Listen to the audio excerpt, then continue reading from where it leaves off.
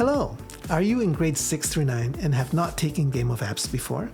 If so, this video is for you. I will tell you a bit more about the Middle Years Level 1 Intro to Coding program. In this program, we will use Swift Playgrounds, which runs on either iPads or Mac computers, to learn basic coding skills such as commands, functions, for loops, conditional code, logical operators, while loops, and algorithms. Using these programming constructs, you will learn to control Byte to solve successively more difficult mazes.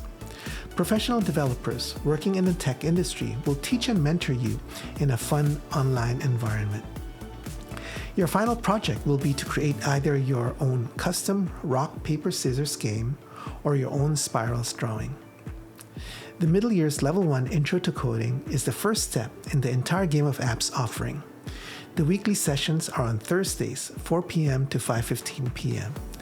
Please check out our website for more information on how to register. We hope to see you soon.